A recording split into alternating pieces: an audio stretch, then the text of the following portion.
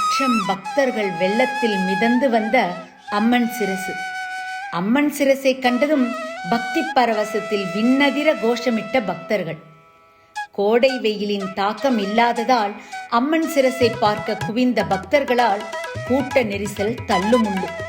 மயங்கிய பெண் காவலர், சூறை தேங்காய் உடைத்து நேர்த்திக்கடன் செலுத்திய பக்தர்கள்.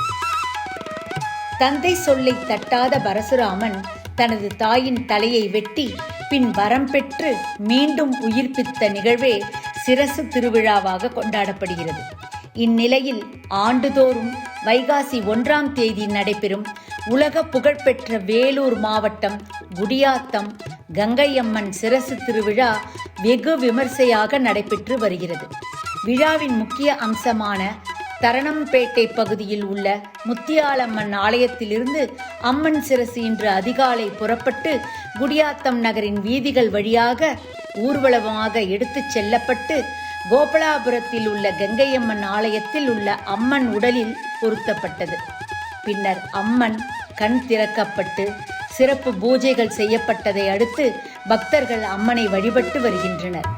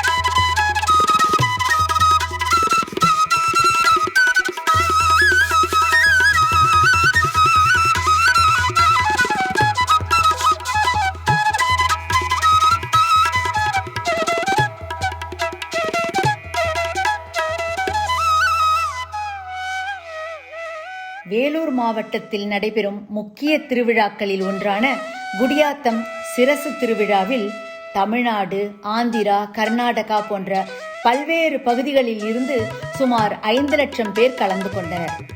அம்மன் சிரசு ஊர்வலம் வரும் வீதிகளில் குவிந்திருந்த லட்சக்கணக்கான பக்தர்கள் நேர்த்திக்கடனாக மூட்டை மூட்டையாக சூறை தேங்காய் உடைத்தும் சிரசுக்கு மலர் அணிவித்தும் நேர்த்திக்கடன் செலுத்தினர்.